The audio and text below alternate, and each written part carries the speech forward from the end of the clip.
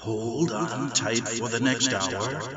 You're entering into a place, a zone called the alternative to the alternative media.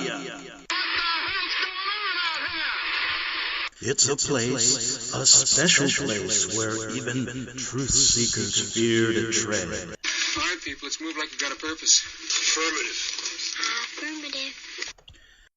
Okay, glad you're back on the Investigative Journal on this September 12th, Monday, 2017 day on our calendar. Of course, I'm Greg Anthony, and I know you've had your fill of Hurricane Irma. I'm sure that everybody was glued to the television set or your computer watching the slow, agonizing movement of that monster geoengineered hurricane they created, and millions of lives are going to be disrupted needlessly.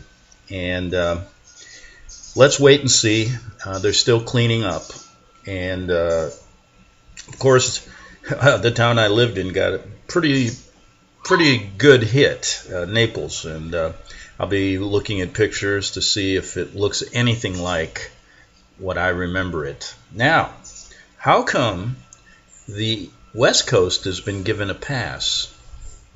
Good question. But beyond the alert, there's been a swarm of earthquakes all over the place after that 8.5 earthquake in Mexico. And even the mainstream media was warning people in the Northwest that Cascadia could erupt into a mega earthquake with huge tsunami waves. So I doubt if they'll spare the West Coast. But anyway, right now that storm is still moving through, and we'll keep an eye on it. All right, let's change the subject and get back to some interesting facts about the Abraham Lincoln assassination. Now, recently I'd got in touch with C.T. Wilcox, a friend of mine who wrote a book called Transformation of the Republic regarding the assassination of Abraham Lincoln, and had mentioned that he had uncovered documents at the home of Father Charles Chiniquy, or his relative's home way up in Canada, which verifies the correspondence that he was having with Abraham Lincoln. And he incorporated that in his book, which years ago, me and him had a number of interviews. And I got in contact with him. He's living in Lethbridge, and he's working as a security guard now. And he revamped his book. And he's going to come on the show in a week or so. And he sent me a number of things. And this is something he uncovered from another family member of Charles Chiniquy. Now, Father Chiniquy was a Catholic priest who was trying to blow the whistle on the Vatican's intentions of overthrowing this country back in the 1800s. And Lincoln, before he was president, took the cause of representing him because the Jesuits had accused him, or was set him up for a false rape charge. And we got into that, and that's well known in the book by Burt McCarty called The Assassination of Abraham Lincoln, which was published in 1922. But we look at this, and so Lincoln got Chiniquy off, and in the process exposed the Vatican's intentions, and a number of even the bishop from Chicago was called to testify, and this didn't sit well with the Jesuits.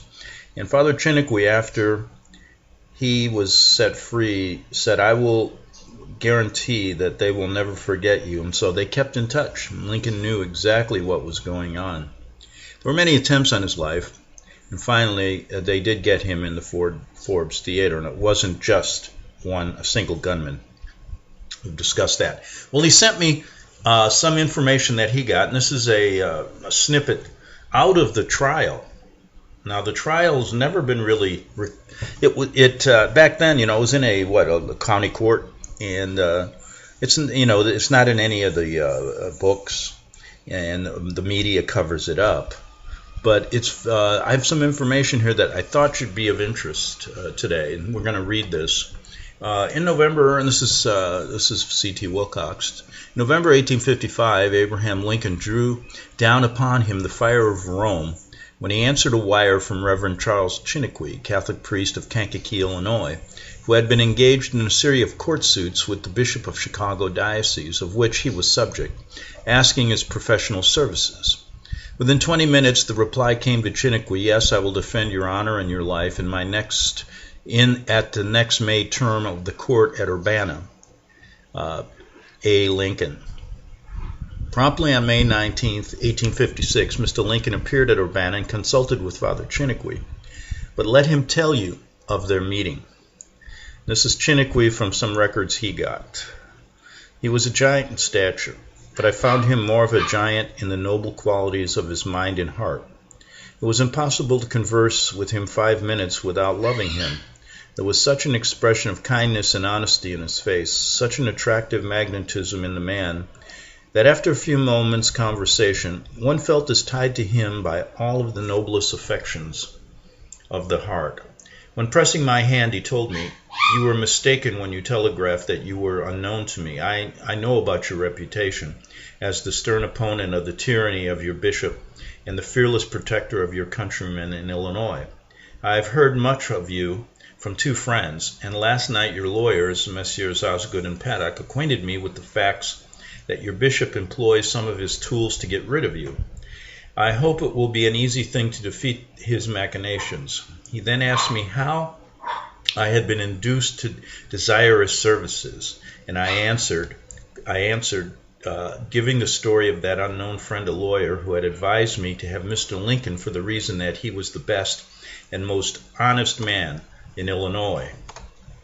Okay, so they're having a conversation here, and he's recalling when Lincoln took his case and said that he was probably one of the most honest men and the best lawyer in all of Illinois.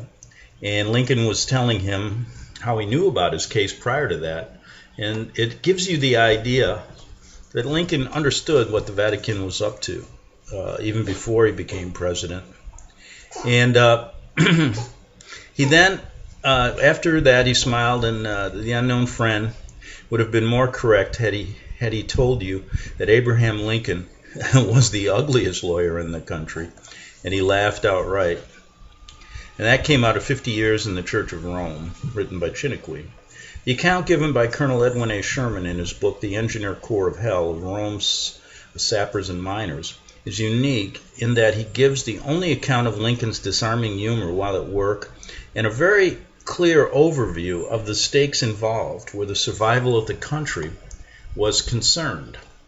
Suffice it to say in brief that a general Roman Catholic colonization scheme for taking the possession of the Mississippi Valley had been determined upon by Pope Pius IX in 1850, and a large emigration of people of that faith from the continent of Europe and from Canada was put in motion, and under the leadership of Father Chiniquy, colonies were planted in various places, but chiefly in the state of Illinois and under direct authority of Rome, subject to the rule of the bishop of the diocese. Father Chiniquy, partly with his own money and that of his fellow colonists, bought the land and laid out a town called St. Anne's in Kankakee County, built a church, established a school, and became at the same time pastor, teacher, and manager of the affairs of his colony, and exercised a truly paternal care over his entire flock, who were chiefly agricultural in their avocations and pursuits. While so engaged, he seemed to have excited the envy and jealousy of some of his fellows in the priesthood, who were not pleased with his success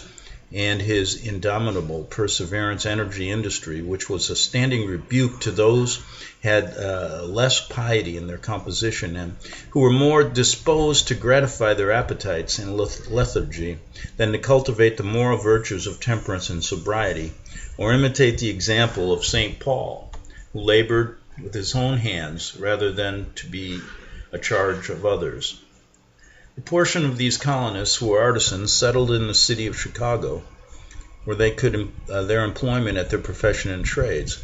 Here they bought a lot and erected a church, supplied the altar and the necessary adornments in the best of style.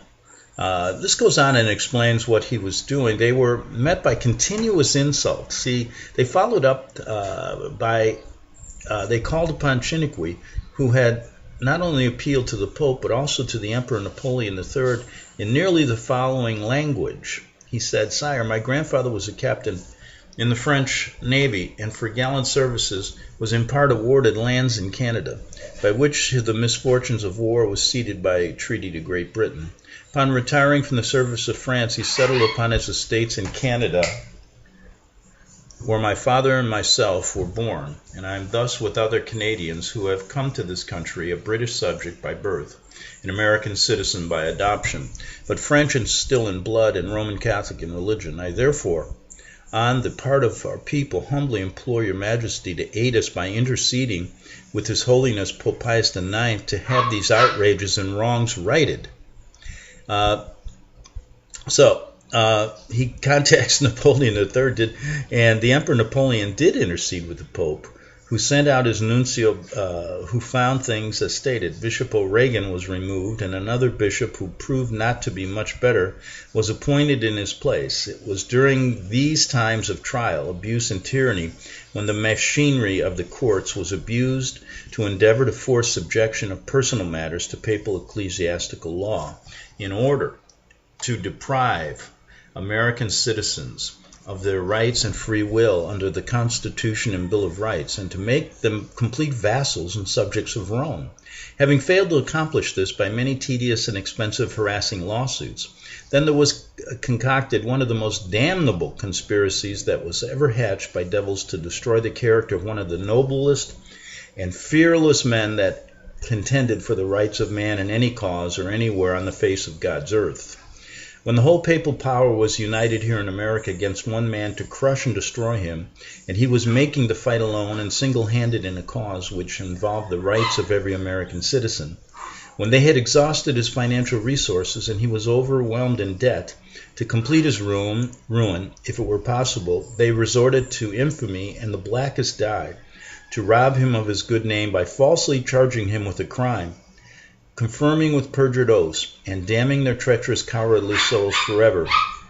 It was at this time, in the darkest hour of gloom, that he was given the services of that champion, whose voice and arm never lifted in vain to help the downtrodden and oppressed, Abraham Lincoln. So what happens here, Treachery was basically confronting the Pope for all of these wrong deeds that were happening, and he was saying, he knew their intentions, what they were planning to do, how they wanted to destroy this country and the Constitution, and Treachery fought them.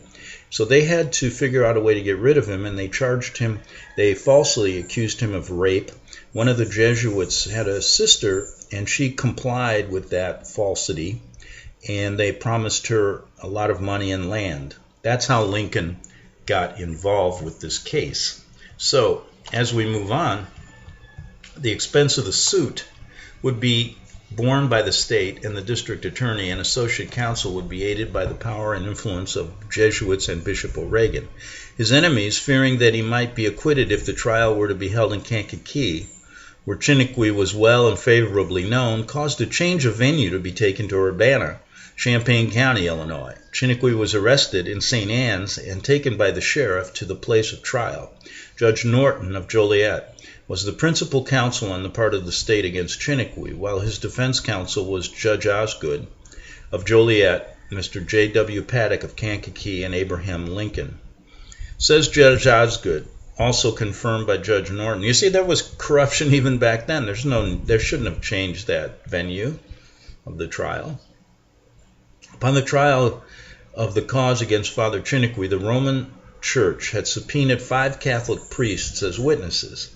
They attended court dressed as priests, wearing long black robes, looking very dignified, and presenting an air of great condescension on their part to appear in court, which they seemed to overawe by their presence and to give a sanctimonious air of truth to their false evidence to be given upon the stand when called for. Upon the convening of the court in the morning, there came an awkward lull in business arising from the tardiness of a juror. The parties, lawyers and attendants, were all in place, ready to go, and nothing could be done in the absence of the tardy juror.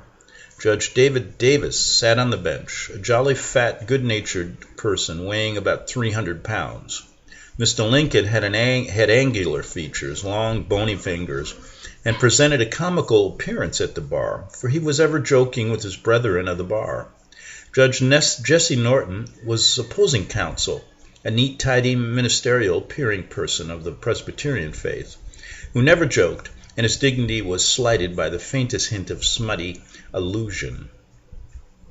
The 11 jurors were common country farmers, honest, plain, and blunt.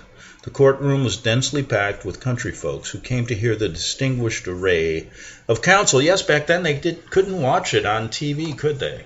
Could not watch that on TV, like the O.J. trial, right? While this pause for the absent juror was continuing, the 5 priests emerged from a side door and marched down the room in a single dignified procession, and all took a seat in a row on a long bench that had been provided for witnesses. Of course, their appearance attracted much attention. They were dressed alike, sat very prim, looking neither to the right nor the left. Their hands were on their knees, and their feet were in a straight line. Now, let's just talk a little bit about the writing here.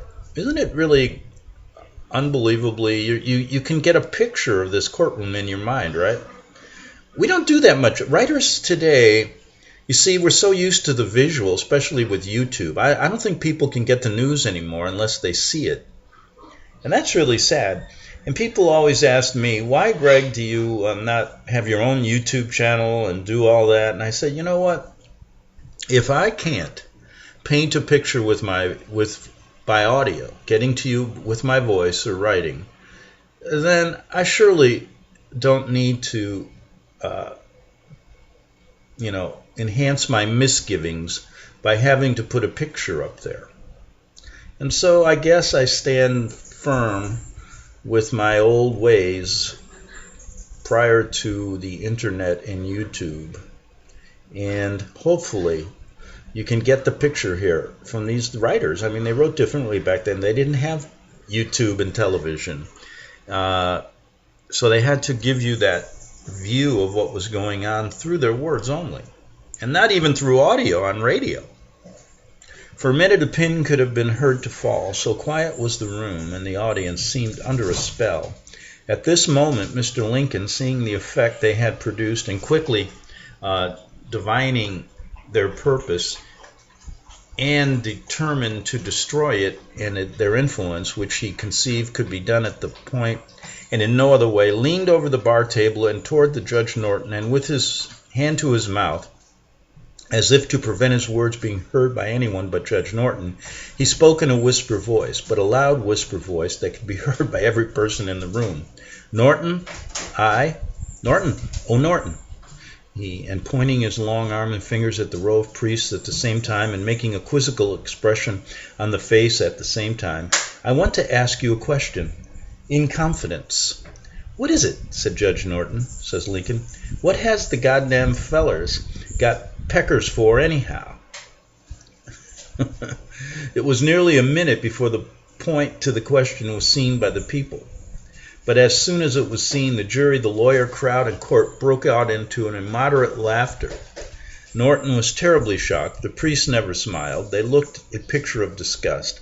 Every few minutes thereafter, someone would break out in laughter, and soon after, another round went about the courtroom and ran through the house.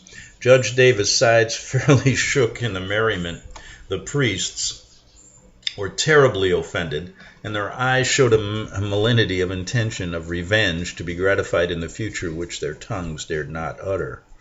The defeat of Rome in this celebrated case by Mr. Lincoln, his terrific arraignment of the perjuring gang of priests, who had left no stone unturned to ruin Father Chiniquy by a false accusation against him of rape, in which it was charged by the infamous priest Level that Mr. Chiniquy had made an attack upon his sister. On the night before the case was to go to jury, Mr. Lincoln himself had almost given up hope of an acquittal, notwithstanding the fact that he was convinced of Father Chiniquy's innocence. He frankly told Chiniquy of his fears, and his admonition to the distressed and persecuted man was, My dear Mr. Chiniquy, though I hope tomorrow to destroy the testimony of Labelle against you, I must concede that I see a great danger ahead. There is not the least doubt in my mind that every word he has said is a sworn lie, but my fear is that the jury thinks differently. I'm a pretty good judge in these matters. I fear that our jurymen think you are guilty. I've never seen two such skillful rogues as those two priests. talking about these Jesuits. There really is a diabolical skill in the plan they have concocted to ruin you. The only way to be sure of a favorable verdict tomorrow is that Almighty God would take our part and show your innocence. Go to Him and pray, and He alone can save you. Now, before I continue, let me mention this. Did you hear what he's saying about these Jesuits, how cunning they were back then? Do you think they have changed? How many people have been convicted or killed by them since this court case? And why have we never heard about it? Boy, I tell you, we have been duped. Now, that very night, Father Chiniquy spent almost the entire time on his knees, interceding that his innocence might be established. When at 3 o'clock in the morning he answered a knock on his door, and there stood Mr. Lincoln, his face beaming with joy as Chiniquy relates it. "Cheer up, Mr. Chiniquy. I have the perjured priests in my hands. Their diabolical plot is known, and if they do not fly away before the dawn of day, they will surely be lynched. Bless the Lord, you are saved." The following sworn statement, supplied by the Chiniquy Collection Archives, had never before seen by historians or the public until now, relates the story as it unfolded. And this was some new information in the book. I, Philomena Schwartz, being first duly sworn, deposes and says that she is of the age of 33 years and resides at 484 Milwaukee Avenue, Chicago, that her maiden name was Philomena Moffat, that she knew Father Lebel, Roman Catholic priest of the French Catholics of Chicago, during his lifetime, and knows Reverend Father Chiniquy, that about the month of May A.D. 1854, in company with Miss Sarah Chaucy, I paid a visit to Miss Eugenia Bossy, the housekeeper of her uncle, the Reverend Mr. Lebel, who was there living at the parsonage on Clark Street in Chicago. Okay, now we only have 2 minutes. Let me read you one more paragraph of this testimony. While we were sitting in the room of Mrs. Bossy in the adjoining room, not suspecting that there were hearing his conversation through the door, which was partly open, though we could neither see him nor his sister, we heard every word of what they said together, the substance of which is to follow. All right, so we're going to leave it right there. You got to come back in 3 minutes, and we're going to listen to it was an amazing story because Lincoln gave up, and one of his investigators had finally rounded up this woman, and in the dead of night, when all was lost, after Lincoln had said only God can save you, maybe his hand of providence stepped in and did the right thing. Well, anyway, we're going to get to that, but just in the 1 minute before we go, think about this case, what Lincoln knew, how the Jesuits had gone to the biggest of extremes of ruining a man's life and his reputation after they had almost destroyed him anyway. They will do anything to move the one world order, one world government, and also to obtain, they were trying to get this country under the rule of Rome, and then they had to engage in a civil war to do it. The bloodiest war in the history of this country, instigated by these priests. Do you think they're doing the same thing today? Or have they healed their evil ways? No way. This is a plan that's been going on for hundreds of years. America's in the target of it right now. We're in the bullseye. And we're seeing them use every means possible, weather modification, war, disease, you name it, financial ruin.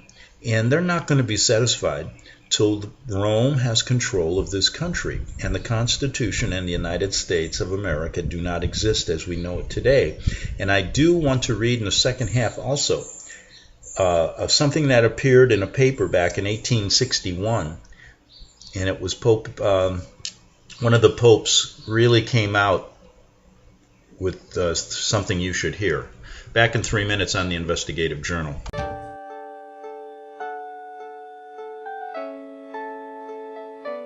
The program you are listening to is 100% sponsored by you, the listener, on this First Amendment Rights Media channel. You will notice that there are few commercials on this radio network. There's a good reason for that. Corporate advertising dollars come with strings that limit program content. So without your help, these programs cannot continue on internet or our several affiliates. If you benefit by the educational law programs, we ask you to give. If you are admonished or nurtured by the Bible and ministry programs, we ask you to give.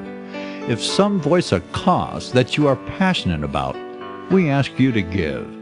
If you believe in any of these, we ask you to support them as you would a missionary on a continual basis, as if giving a tithe for missionary radio. These programs are not commercially viable and must be supported by those faithful to the cause of truth. Look for the button to sponsor your favorite programs at our listen and schedule pages on the internet. Then, when you subscribe, we will send you the last quarterly MP3 CD of that program immediately, and continue to do so with each new quarter. We will also give you unlimited archive access to all of our programs. We're asking you to give much less than a tithe, so that you may also send support directly to a particular program host, cause, and anywhere else the Spirit may lead you. Do all to the glory of our God and Creator, for His holy nation, the only kingdom that will last forever. Thank you for listening.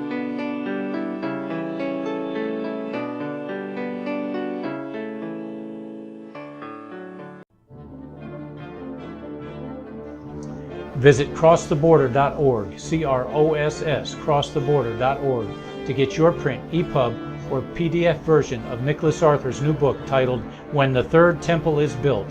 That's crosstheborder.org. When it comes to prophecy today, much of the evangelical Christian world has their eyes on Israel, waiting and watching to see when the third temple will begin to be built. The plans are drawn. The Jewish people are eager. Most evangelical Christians today believe that the rapture will happen before the third temple is built.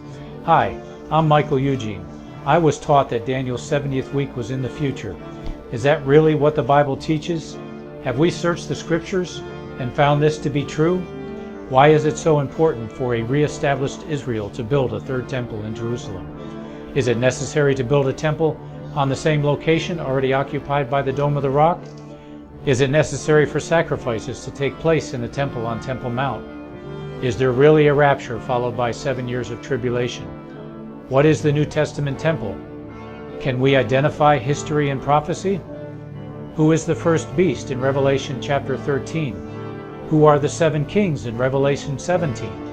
I have asked all these questions, and I have found Nicholas Arthur's new book, When the Third Temple is Built, answers all these questions and more using Scripture to interpret Scripture. The Bible says that no prophecy of Scripture is of any private interpretation. Nicholas shows us in his new book, When the Third Temple is Built, how the Bible interprets prophecy and not man's private interpretation. Visit crosstheborder.org, CROSS, crosstheborder.org, to get your print, EPUB, or PDF version of Nicholas Arthur's new book titled When the Third Temple is Built. That's crosstheborder.org. The following program is labeled dangerous and off limits by the supreme Jesuit command. But stand tall, people. Listen up, and you may just learn something. Oh, dear Lord Jesus, this ain't happening, man. This can't be happening, man. This isn't happening. Okay, we're back for the second half hour of the Investigative Journal. And boy, am I getting ahead of myself. Discombobulated from Irma.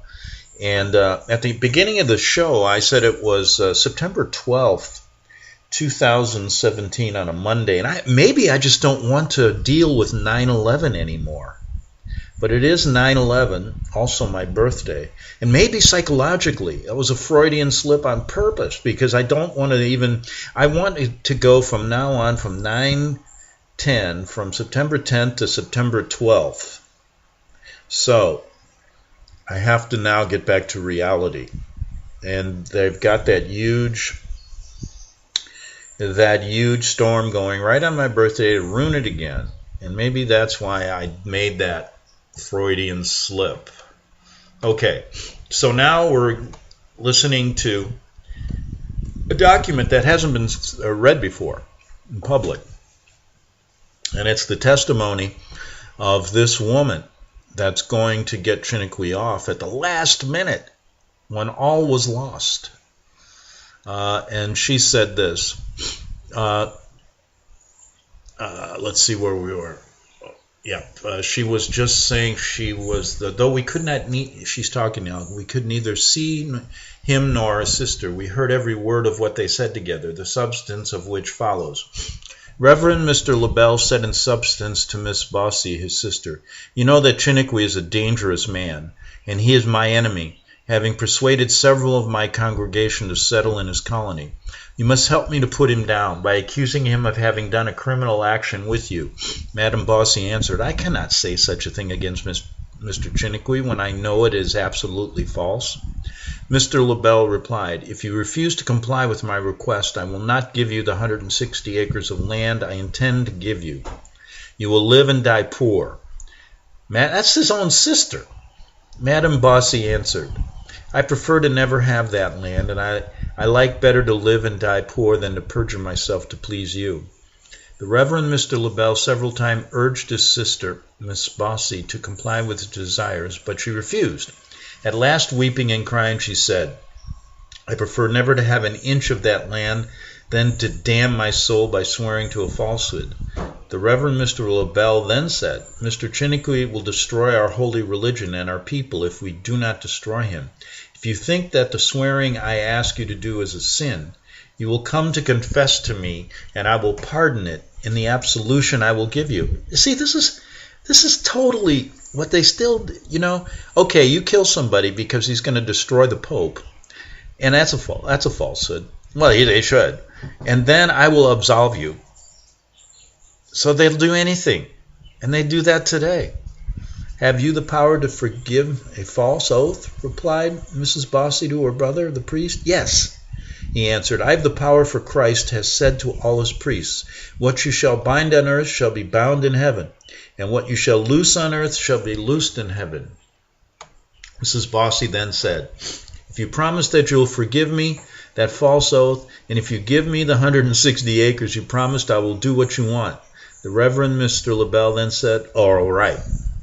I could not hear any more of that conversation, for in that instant Mrs. Eugenie, who had kept still and silent with us, made some noise and shut the door. Affiant states that sometime later I went to confess to Mr. Reverend LaBelle, and I told him that I had lost my confidence in him, and I answered him, "I lost my confidence in you since I heard your conversation with your sister, when you tried to persuade her to perjure herself in order to destroy Father Treachery." Affiant further says that in the month of October A.D. 1856, the Reverend Mr. Treachery had to defend himself before the Civil and Criminal Court of Urbana in an action brought against him by Peter Spink.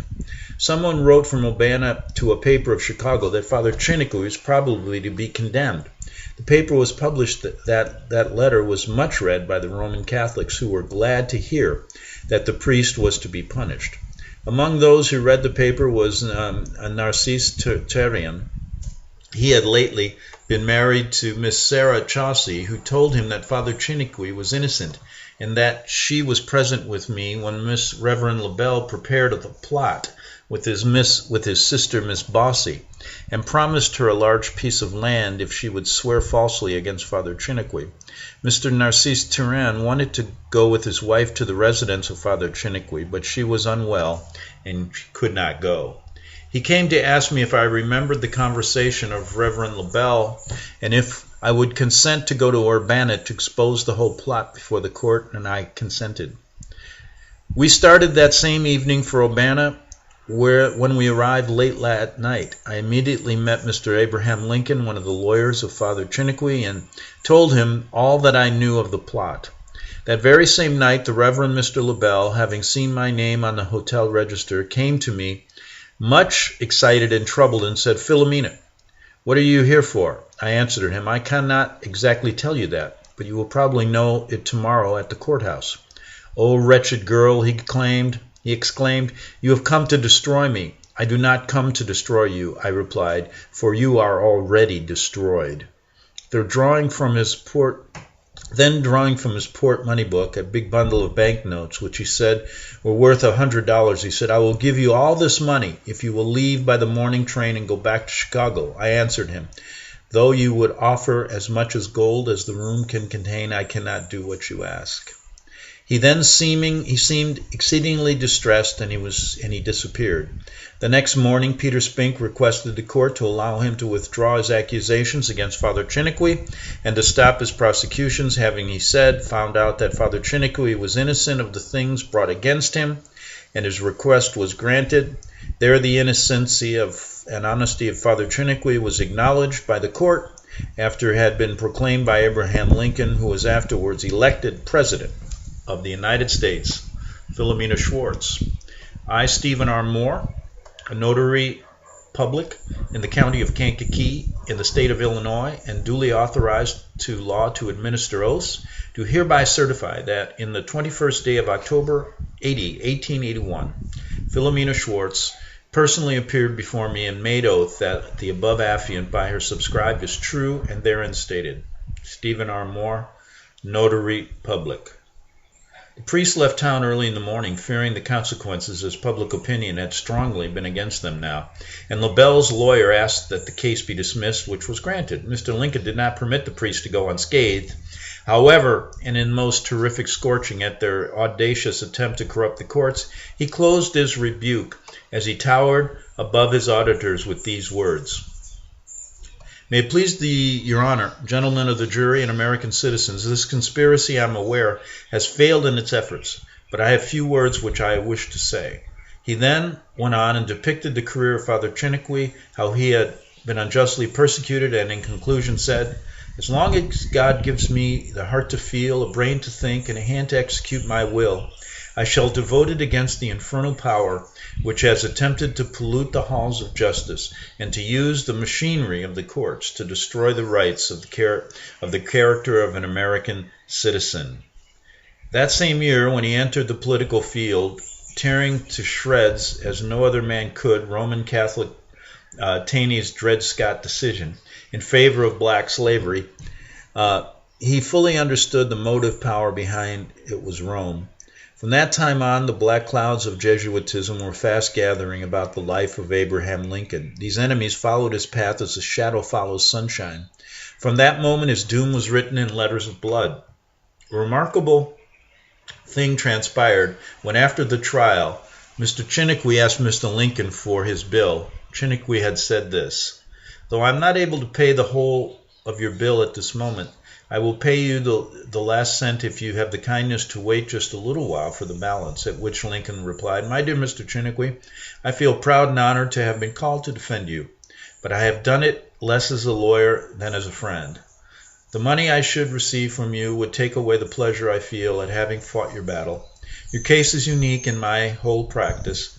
I've never met a man so cruelly persecuted as you have been, and who deserved it so little. Your enemies are devils incarnate. He's calling. You don't think he knew about the Jesuits, folks? And you know what? Can you imagine these presidents ever since who are turncoats, who would actually double speak when they honor them, honor Abraham Lincoln. They hate Abraham Lincoln. They know this story. They're all crooks. From the time of every one of them, Bush, Obama, Clinton, Hillary Clinton, then you have Trump. I mean, these people are devils incarnate. The plot that was hatched, says Lincoln, against you is the most hellish one I've ever seen. Now let us speak of what you owe me. What do you owe me? You owe me nothing, for I suppose that you are quite ruined. The expense of such a suit I know must be enormous. Your enemies want to ruin you. Will I help them finish your ruin, when I hope that I have earned the right to be considered among one of your most devoted and sincere of your friends? While he was drawing up a note for 50, his client had requested, Mr. Lincoln said to him, Father Chiniquy, what are you crying for? You ought to be the happiest man alive. You've beaten your enemies and come out triumphant. They have fled in disgrace. To which the emotional Frenchman replied, "Dear Mr. Lincoln, allow me to tell you that the joy I should naturally feel for such a victory is destroyed in my mind by the fear of what it may cost you." They were in the court, not less than 10 or 12 Jesuits from Chicago and St. Louis, who came to hear my sentence of condemnation to the penitentiary.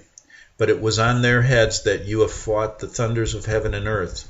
Nothing can be compared to the expression of rage against you, when you not only wrenched me from their cruel hands, but you were making the walls of the courthouse tremble under the awful and superhumanly eloquent denunciation of their infamy, diabolical malice, and total want of Christian principles in the plot they had concocted for my destruction.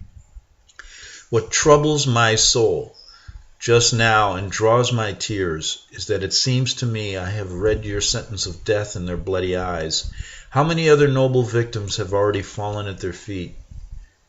And I'm not weeping for myself, but for you, sir. They will kill you. And let me tell you this, if I were in their place and they in mine, it would be my soul, my sworn duty to take your life myself, or find a man to do it. Treachery was right. They found their men.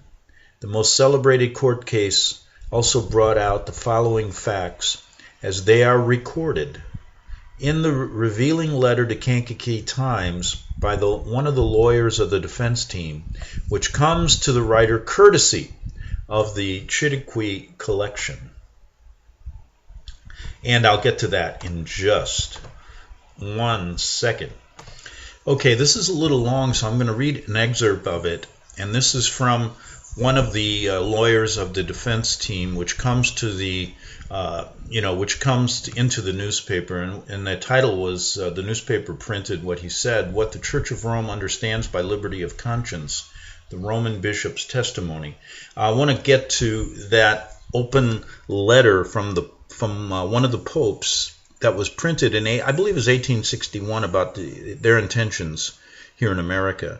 So let me just start this. The Kankakee Times publishes the following communication from a member of the Illinois Bar, though perhaps containing nothing new or strange to those who have studied the matter. The statement may convince such Protestants as imagine the Church of Rome to be a harmless institution of their great error. And, there's so many people today that are making that same great error. The principles of the Roman hierarchy remain unchanged. Now, folks, they remain the same today. The wearer of the tiara would as readily depose of simple heresy any temporal ruler of today as his predecessor 6 centuries ago would have done, deposed and deprived of his estates. Count Raymond of Toulouse for a like crime. Religious liberty is both hated and dreaded by the Church, which claims the right of enforcing its spiritual decrees by the assistance of the secular arm. And they are using the same organization is using the secular arm of our government to wage war on the people here.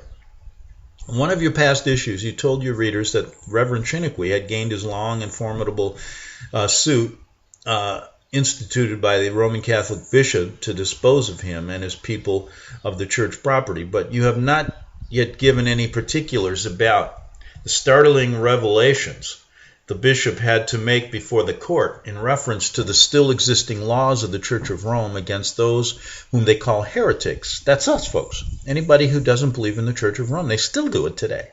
Nothing is more important for everyone than to know precisely what those laws are. As I was present when the Roman Catholic Bishop Foley of Chicago was ordered to read in Latin, and this is what Lincoln had forced the bishop to do, and translate into English those laws, I've kept a correct copy of them and sent it to you with a request you publish it in the newspaper. Now, would any newspaper publish it today? No, because they own the newspapers. Someone once asked me, and I got into this conversation the other day, and they knew I was a journalist, and I started talking to them about, they wanted to know why I took on the Vatican like this, and why I made the decision at a critical point in my life to keep telling this story, knowing it would be my financial ruin, and it is. And he said, why didn't you just, if you know, and he understood what Rome is about as well, you know they're evil. Why didn't you could have just stayed working with them, knowing that and collecting that money. Why did you do that to yourself? And it was in the daytime, and I started thinking about it, and I said, I don't know. I just wanted to do the right thing.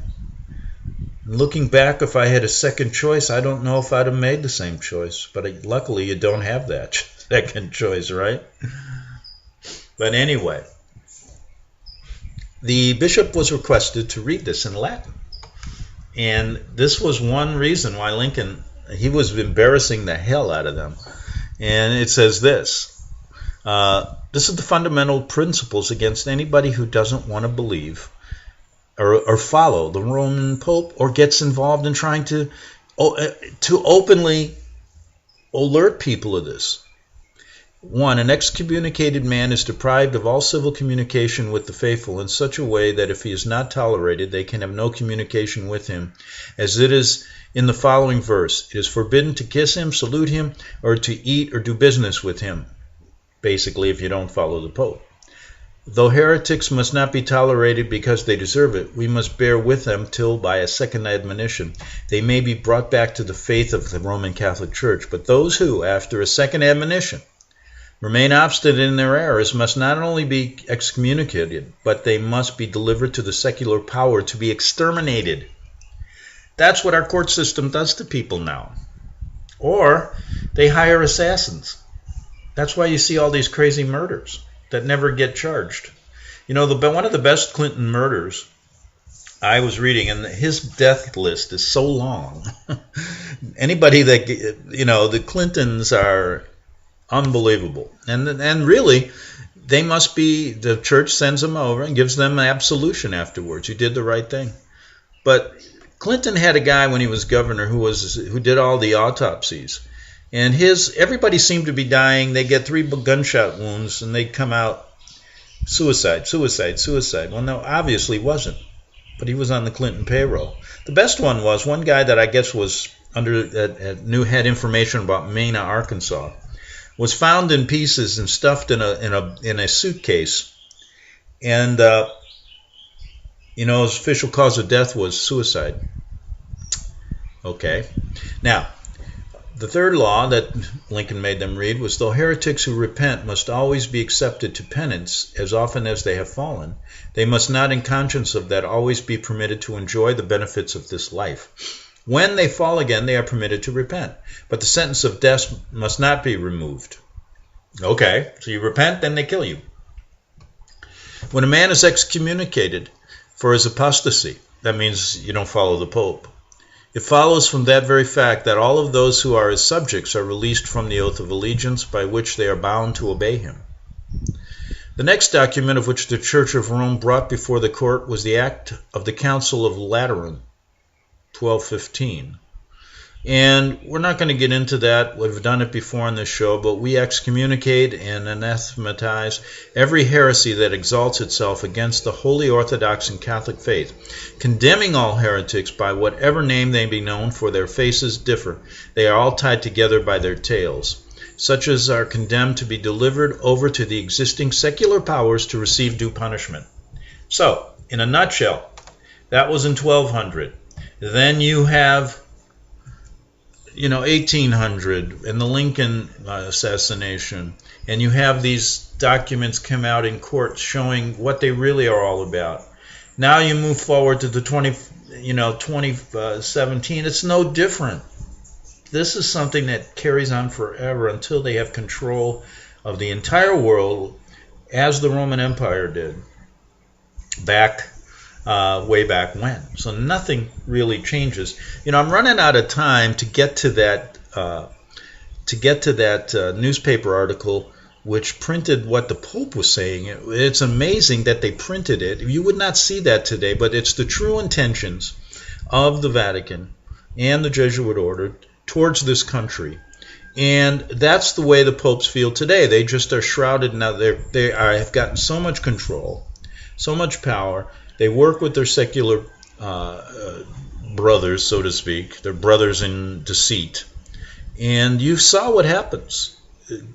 When you're not when you're considered a heretic, they turn you over to them and you receive your punishment. And that's what goes on today. So why don't we just stick with this? I'll read another paragraph or two, and then we'll get to the other Pope pronouncement of the truth about the Vatican tomorrow. If any temporal lord, after having been admonished and required by the Church, shall neglect to clear his territory of heretical depravity, that's what they're doing now. They're cleaning this country out. The metropolitan and the bishop of the province shall unite in excommunicating him. So he says, listen, if the leader doesn't follow, we get rid of him. Like they got rid of Lincoln, why they got rid of other presidents, and when they got rid of Kennedy. Good example. Should he remain contemptuous a whole year, the fact shall be signified to the Supreme Pontiff, and who will declare his vassals released from their allegiance from that time, and will bestow his territory on Catholics to be occupied by them on condition of exterminating the heretics and preserving the said territory for the Church. Okay, so we know what they want to do. It's very simple. When they came here, when they opened the door and got their dirty little hands into this country after having one diocese, that freedom of religion clause in the Constitution was put there purposely so they could get their dirty hands in here. Now look at how they've grown. And once they have power and they grow, now you're seeing their evil hand play out. They're very bold now, aren't they? They tell you what they're going to do. And they don't care if they realize they have got America already in their grasp. And there's only a few dissenters out there. And those dissenters right now are finding it very, very difficult to get the message out, correct? Even though it appears as if you have every opportunity to do it now with the internet. Look at, you can talk to people in China, in any part of the world. But why is it so hard then to get the message out? Because they control that as well. And in a sense, when you go back to this Lateran Treaty and you read what they're all about, when you read from their laws that they live under back in the 1800s and how they fomented the Civil War, and when you read about what they do today, it is the same exact strategy, the same exact people. And we, the American people, are blind to it. And that's why these things are going on now. And somebody emailed me the other day and said, people are getting what they deserve. And I had to think about that, and I said, you know something? I hope that people start listening, and maybe there is some way out of this thing. I always try to keep an optimistic approach. But no one deserves what they're going to be doing in the future. No one. And we'll be back tomorrow. And come back, because we're going to read that, what the Pope's really all about. Back tomorrow on the Investigative Journal. The book of Revelation says, the spirit of prophecy is the testimony of Jesus Christ. This is at the very heart of FirstAmendmentRadio.com. In that spirit, we have created the Prophecy Reality News app for all of your mobile devices, streaming First Amendment Radio 24 hours a day, 7 days a week. Available for your Apple, Android device, and smartphone, absolutely free. Get the Prophecy Reality News app installed today so you can listen to First Amendment Radio wherever you are. The Prophecy. Since the beginning of time, kings have sought it, nations have fought for it. It has been traded, it has been borrowed, it has been purchased, it has been stolen. There's a reason for it. To secure the blessings of liberty to ourselves and to our posterity. Invest with the security of gold and silver. Call Discount Gold and Silver Trading at 1-800-375-4188 or visit DiscountGoldandSilverTrading.net. Listen to Financial Survival with your host Melody Cedarstrom right here on FirstAmendmentRadio.com at 4 p.m. Eastern or 1 p.m. Pacific Time. Visit DiscountGoldandSilverTrading.net or call Discount Gold and Silver Trading at 1-800-375-4188. Toll free 1-800-375-4188.